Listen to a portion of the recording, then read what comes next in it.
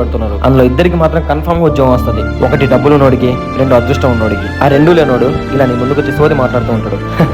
ఇదంతా ఇప్పుడు ఉండేదిలే గానీ ఇన్ని భరించలేని బాధలు బాధ్యతలను ఇచ్చిన నాకు కనీసం ఒక్క 2 నిమిషాలు మనస్ఫూర్తిగా ప్రశాంతంగా ఏడ్చే అవకాశం ఇవ్వచ్చు కదా స్వామి. ఏడవడం అంటే నేను ఏడ్చేది కూడా అవతల వాళ్ళకి తెలియకుండా ఉండాలి. ఒక్క అవకాశం ఇవ్వు స్వామి.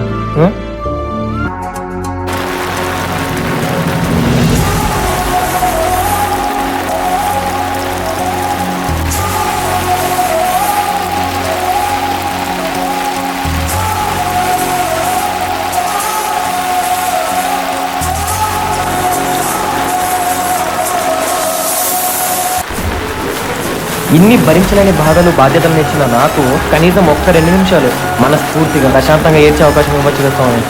ఒక్క అవకాశం ఇవ్వు స్వామి.